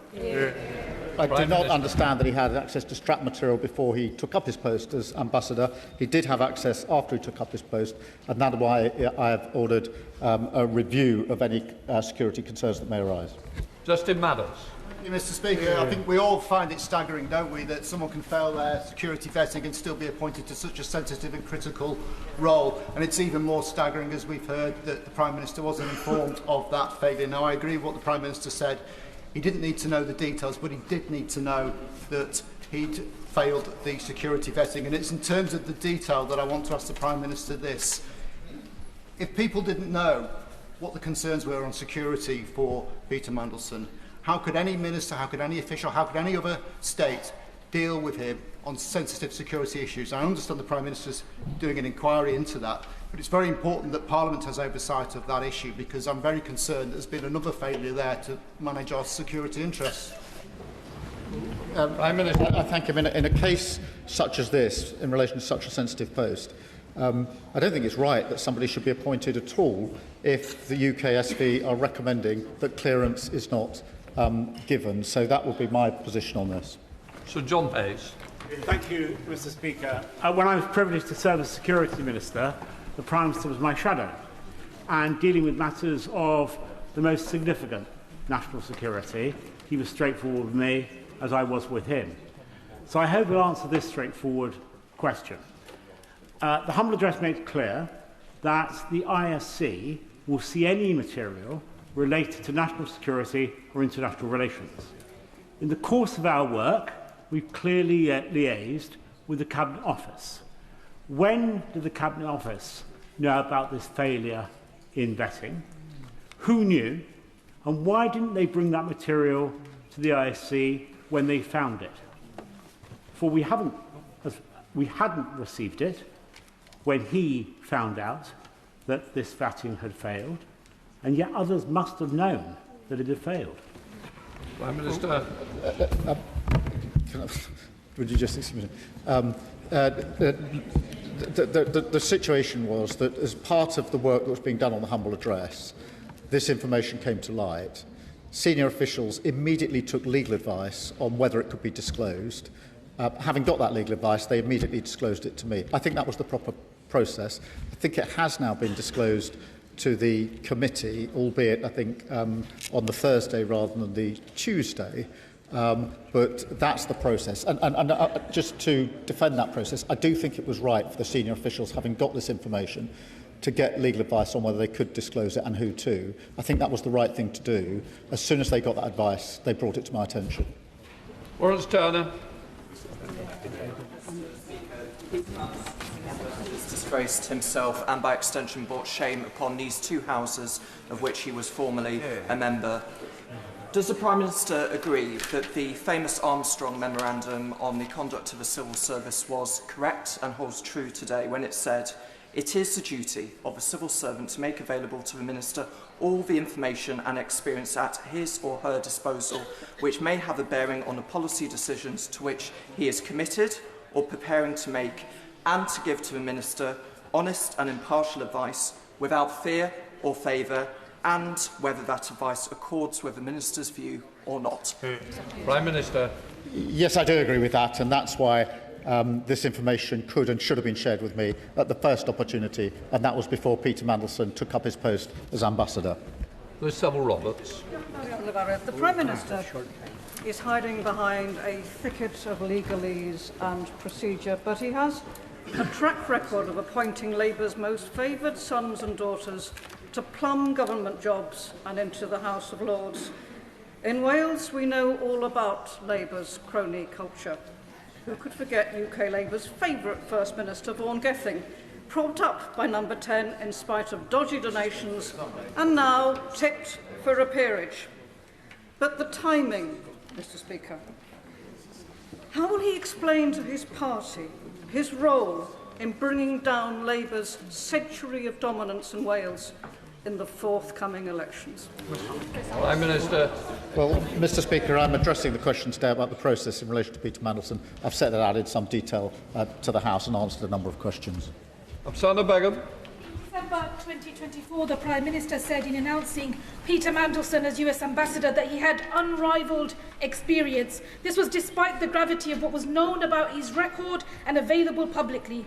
Is it not the case that Peter Mandelson's political appointment, which was personally decided by the Prime Minister and announced in public before the security vetting was completed, needed to progress and had to happen? However, it happened because of Mandelson's role in the Prime Minister's own leadership campaign and because it served the interests of one particular faction in the Labour Party. Prime Minister. Mr. Speaker, I don't accept that is a reason for withholding from me the information about security clearance. John Whittingdale. Thank you, Mr. Speaker. The result of the Prime Minister's terrible failure of judgment is that for over a year this country's interests were represented in the United States by someone that our own security services deemed to be a security risk. Will he assure us that an investigation will take place into all aspects where our national security may have been damaged, and that the results of that will be made available to the Intelligence and Security Committee and, where possible, to Parliament? Prime Minister. Yes, I will. Thank you, Mr. Speaker. I believe there's two sides to this. One is about process and the other one is about judgment. On process, I believe the Prime Minister, where the Prime Minister was not told about the security vetting clearance, and had he have known, he would have sacked him. That we don't have a problem with, but the problem is, why wasn't he told that, and who's actually running the country, and whether other ministers are kept in the dark by civil servants. On judgment issue, it was wrong and completely wrong in the first place to put Mandelson forward as an ambassador.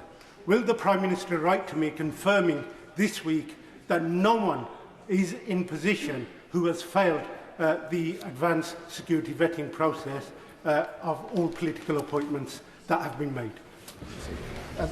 That is included in the review that I've set up, and as soon as I've got the findings, I'll share them with the House. Dave Dougal. Thank you, Mr. Speaker. This saga is drawing to a close, and it will come to a conclusion with the Prime Minister's resignation, whether he can accept that or not. What I can't accept is the ask me no secrets and I'll tell you no lies regime that he expects us to believe prevailed at the very top of government between officials, and not just ministers, but the Prime Minister. He talked a lot today about what he didn't know and what he wasn't told. Well, he knew that Mandelson had a serious human frailty for other people's wealth. We knew that Mandelson was involved with the Russians. We knew that Mandelson was sacked twice as a government minister. Can the Prime Minister explain what was Mandelson's actual qualities that he was pursuing in the role as US Ambassador, and what steps has he taken to contain the serious and measurable breach in national security that his appointment of Peter Mandelson facilitated?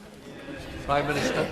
Mr. Speaker, I've made it clear it was an error to appoint Peter Mandelson. There is a review going on into any security issues that may arise. Fleur Anderson. Thank you, Mr. Speaker. I welcome the Prime Minister saying that he should not have appointed Peter Mandelson. In November in the Foreign Affairs Committee, I asked about who sees vetting and was told by Sir Ollie Robbins, obviously the vast majority are relatively straightforward, ones that require more senior judgment and potentially a discussion about managing and mitigating risks are escalated appropriately. Questions being asked by the Foreign Secretary or ministers or officials in number 10 should have been a signal to the civil servants to escalate this matter, given the controversial nature of this political appointment. So I would like to ask the Prime Minister whether concerns about links to Epstein, to other countries or anything else were raised by him in conversations about his appointment just before the time of his appointment that would have signalled that civil servants should escalate this? Prime Minister. Well, Mr Speaker, there were two different processes. One was the due diligence process carried out by the Cabinet Office, in which Peter Mandelson was asked questions. Separately, there was the developed vetting process in which the recommendation of UKSV was not shared with me until Tuesday evening. Harriet Baldwin.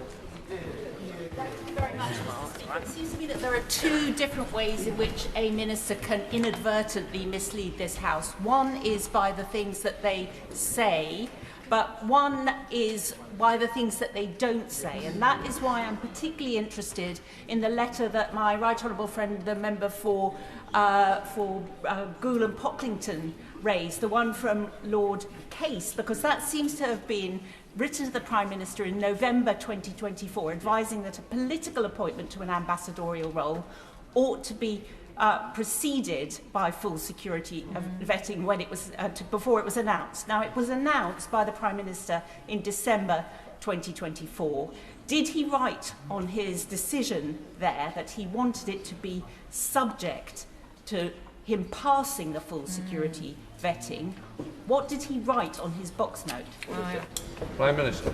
Mr Speaker, I understood it to be subject to developed vetting, but it was because of the process that in September 25 I asked Chris Wormold to do a review for me of the process, and he did that by reference back to the Simon Case letter. Thank you, Mr Speaker. I'm sure the Prime Minister is aware of the damage that this saga has done to public trust in politics and in politicians. However, I would like him to confirm that his focus and the focus of his government is on the issues that matter most to my constituents in Banbury, in particular tackling the cost of living. Prime Minister. Well, absolutely, Mr Speaker. The focus of me and the government is on the fact that we're facing a war on two fronts with serious consequences for our country, and that we absolutely need to deal with the cost of living, which is the number one issue for all of our constituents up and down the country. Richard Ford. Thank you, Mr Speaker. How did views from the United States administration affect the decision in the Foreign Office to persist with Mandelson as UK ambassador to Washington, DC, after the vetting advice was received there? Prime Minister. I don't believe that they did. This was UK security vetting carried out in the way I've described to the House. The issue is that the recommendation was not shared with me. That was a matter here in the United Kingdom. Periel Clark. Thank you, Mr Speaker. Can I thank the Prime Minister for his statement? Could the Prime Minister provide the House with an update on the proposed legislation to remove peerage from disgraced peers like Peter Mandelson, who has fallen so far below what is expected of those serving in the House of Lords? Prime Minister. Yes, I've made a commitment in relation to that legislation and work is progressing on it. Then Caroline Downage. Thank you very much, Mr Speaker. At the risk of stating the obvious, the Prime Minister has based his defence today and over this whole sorry saga around his claim that he wasn't told. He wasn't told that Mandelson failed security vetting. In fact, he said 11 times in his statement that he wasn't told. I'm just wondering how many times and on which specific dates did he himself directly ask for that information? Prime Minister. Mr Speaker, it's not a claim I wasn't told. I wasn't told, and I don't think anybody is disputing that. The clearance was given on the 29th of January 2025. That information was not provided to me. In September, I did ask specifically about the process. I did ask about the process.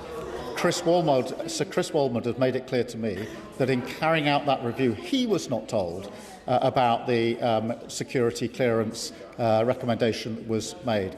I think on both occasions that information should have been provided both to me and to the then Cabinet Secretary. Chris Hinchcliffe. Thank you, Mr Speaker. I thank the Prime Minister for his statement.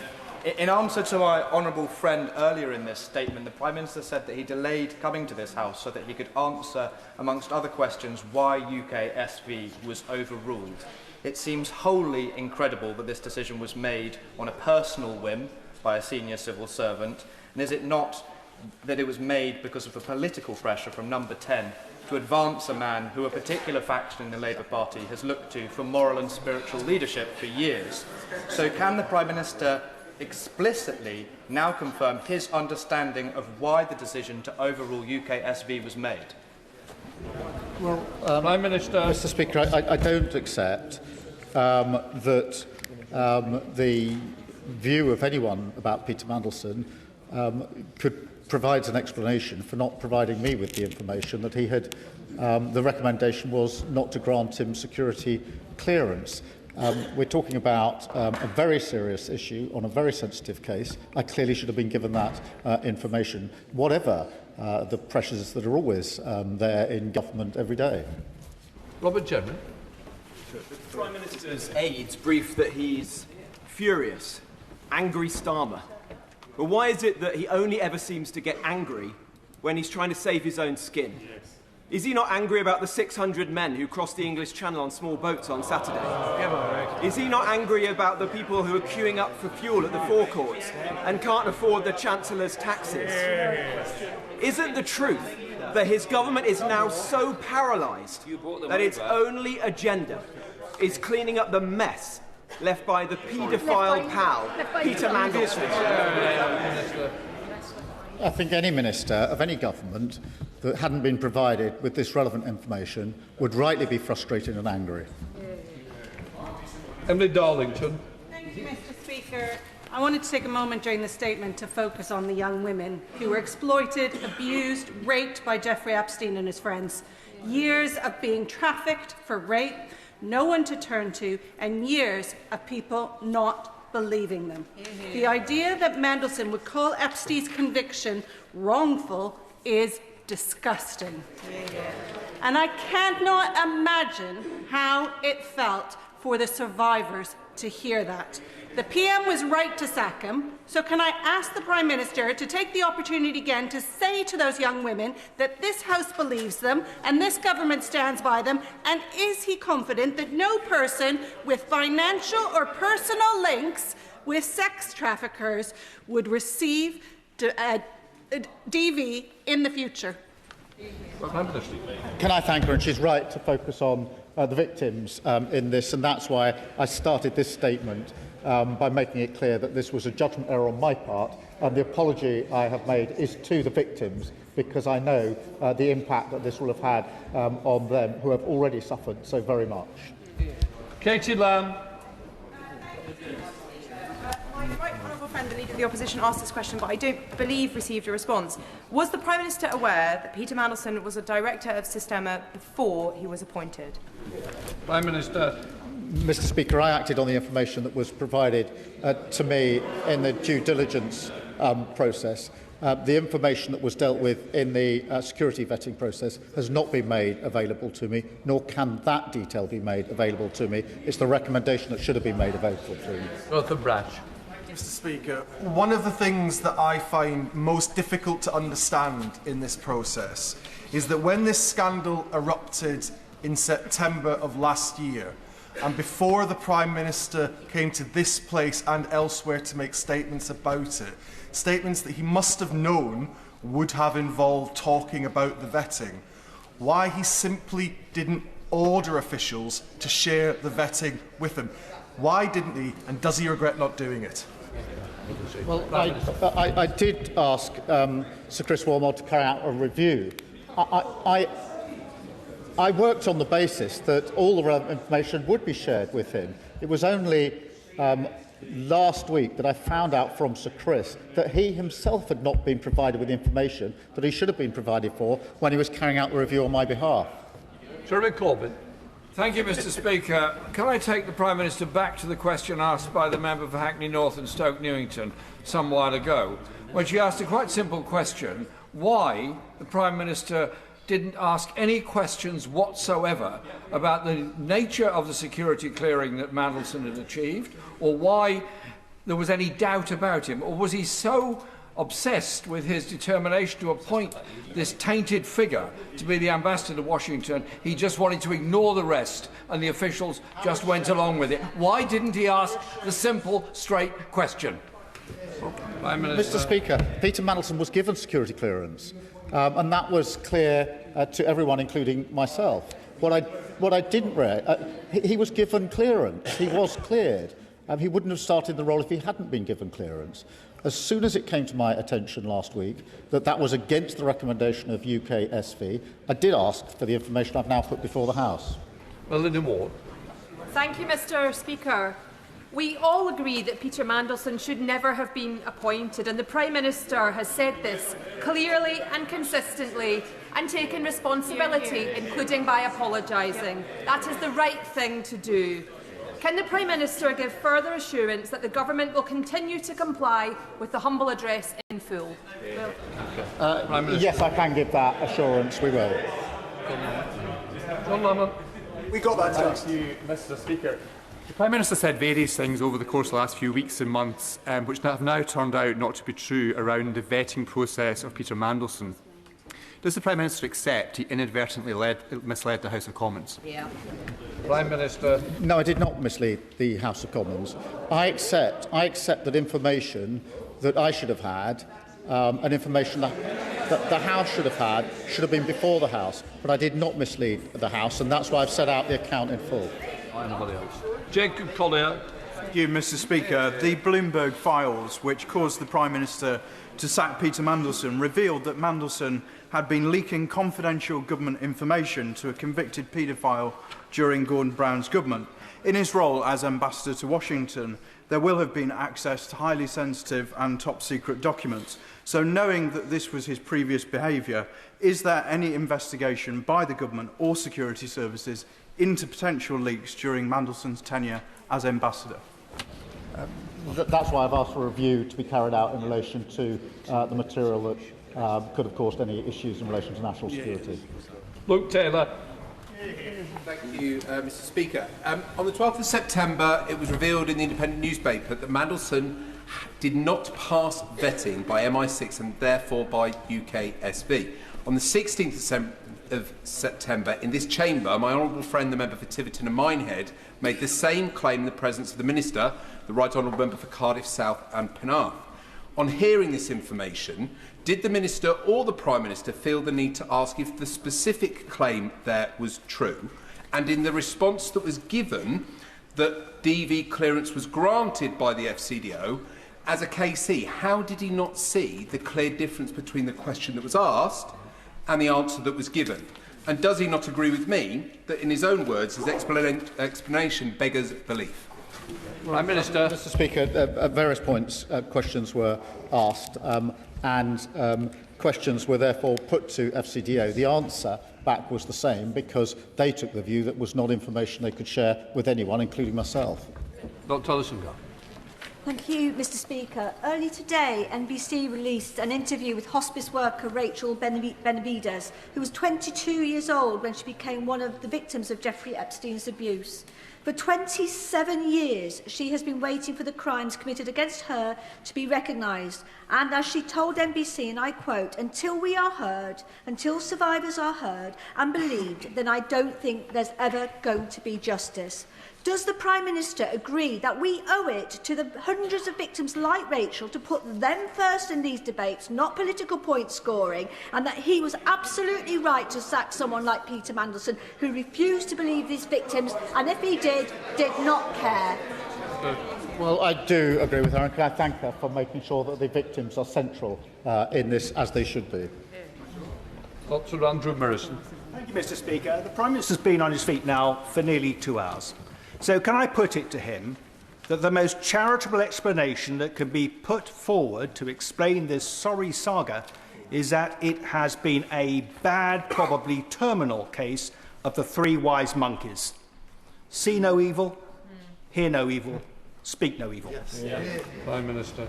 Mr. Speaker, I've set out the procedure in some detail. Information should have been provided to me. It was not provided to me. If it had been provided, I would not have allowed the appointment of Peter Mandelson to proceed in the way that it did. Joanna Baxter. Thank you, Mr. Speaker. As we have heard, it's absolutely staggering that vital information on UKSV recommendations can be withheld from ministers taking decisions. Can the Prime Minister assure the House that in the review he is commissioning, that we examine whether any other instances in which UKSB recommendations against granting DV status, whether there are any other instances of that over not just the period of this government, but the last 14 years, because they have potential to have very serious security implications. Well, I do think that needs to be subject to the review, and that's why I've put, amongst the reasons I've put the review in place. Christine Jardine. Thank you very much, Mr. Speaker. It must be clear to the Prime Minister that many of us in this House are totally scunnered with this whole mess. But believe me, that's nothing compared to what I'm being told in the doors in Scotland by voters who feel that they expected and were right to expect more from this government after what they were promised. We've focused on process today, but the Prime Minister wouldn't have had to come here, wouldn't have had to stand at the dispatch box, answer all these questions if he had not made the decision, which he accepts was wrong, to appoint Peter Mandelson. That's the root of this whole thing. So having accepted responsibility, what does the Prime Minister think the consequence should be for that, and how do we restore faith? Can I just help the Prime Minister and help everyone in the room? There's a lot still trying to catch my eye with a lot time. Please help each other. Let's speed up the questions. Prime Minister. Well, Mr. Speaker, I've accepted the error judgment on my behalf, but I was not provided with information. Had I been provided with it, I wouldn't have made the appointment. Kevin Johnson. Thank you, Mr. Speaker. This morning, the Scottish Minister said that to deal with an unconventional US administration, we needed an unconventional ambassador. So, Prime Minister, does unconventional now mean appointing a man to a senior position when we know his lies, his corruption and misconduct has provided corruption at the very heart of our democracy now? And can the Prime Minister tell us when he first knew of the evidence and the advice and why he ignored it? Please, let's get other people in. Prime Minister. I first knew last Tuesday, as I've set out to the House. John Mayo. Thank you, Mr. Speaker. Now for the third time of asking. At the time when the Prime Minister appointed Peter Mandelson as ambassador, was he aware that he had been a director of Sistema? Mr. Speaker, I was aware of what was in the due diligence, and I've dealt with that.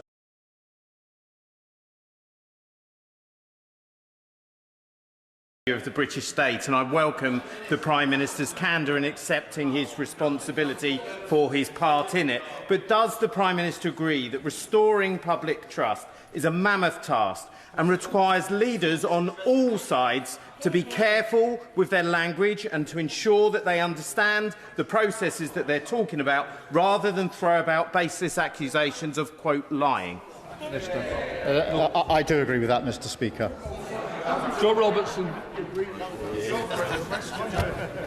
Thank you, Mr. Speaker. The Prime Minister has been absolutely clear that he should have been shown the recommendation of UK security vetting. He knew he hadn't seen it, so why didn't he ask for it? Prime Minister. Mr. Speaker, the first I knew that there had been a recommendation to deny clearance was Tuesday evening of last week. The security clearance had been given by the Foreign Office before Peter Mandelson took up the post. As soon as it came to my attention, I sought the information I put before the House today. I'm going to take Kevin Bernea, and then I'm going to take Steve Darling. Kevin. Thank you, Mr. Speaker. Members of the public watching this matter will have been baffled by all the speculation about who said what and when. So I thank the Prime Minister for his calm, clear answer today. But no Prime Minister wants or should be in a situation like this, where governmental processes mean that critical information are not brought to the attention of ministers. So I welcome the full review. But will the Prime Minister look at the wider relationship between government ministers and civil servants so that trust can be restored? Prime Minister. Yes, I will look at that, but I do just want to assert again, thousands of civil servants act with professionalism and integrity every day. On this occasion, this information should have been brought to my attention. Had it been, the appointment would not have been proceeded with. Natalie. Oh, sorry. Yeah, carry on. Thank you, Mr. Speaker. During this session of Parliament, we have seen the head of the OBR carry the can and resign due to an error by a member of his team. What will it take for this Prime Minister to carry the can? Prime Minister. Mr. Speaker, I was not provided with information I should have been provided with. Had I been provided, I wouldn't have made the decision. It was a deliberate decision. It wasn't negligence. It was a deliberate decision not to tell me. Natalie. Thank you, Mr. Speaker. I thank the Prime Minister for his statement, and I thank him even more for the apologies on the appointment of Peter Mandelson and being here today. I want to commit the words once again to the record of Virginia Giuffre. I think they are particularly relevant to Peter Mandelson. She said, "Don't be fooled by those in Epstein's circle who say they didn't know what Epstein was doing. Anyone who spent a significant amount of time with him saw him touching girls that you wouldn't want a creepy old man touching your daughter. They can say they did not know he was raping children, but they were not blind."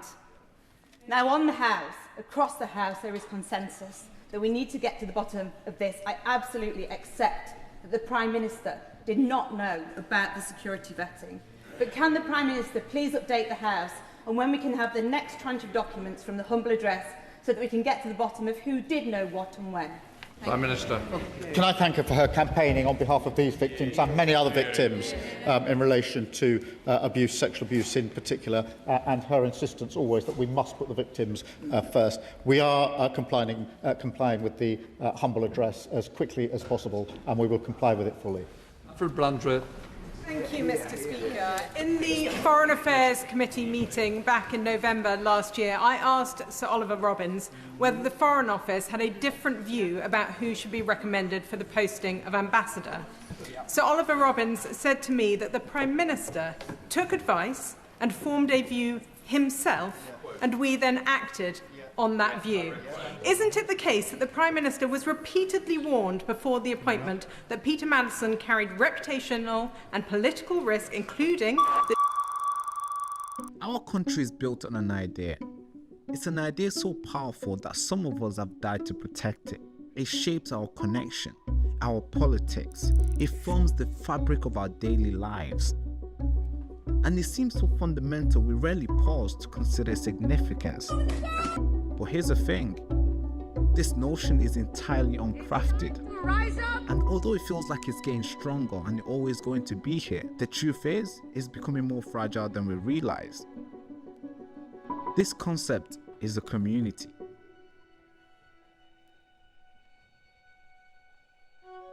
It's built when people with shared interests, value and goals come together, interact regularly, support each other, and work towards a common objective, creating a sense of belonging within the group. That's called a community. You are not just a person who happens to live in Manchester. You are Mancunian, or Londoner, or Brummy, or Scouse. With what our leaders are doing, we are slowly losing this community. So let's stop for a moment to learn why this idea has existed forever and how it got us here. Because once you do, it makes sense why we should keep this concept alive. So help me build this community.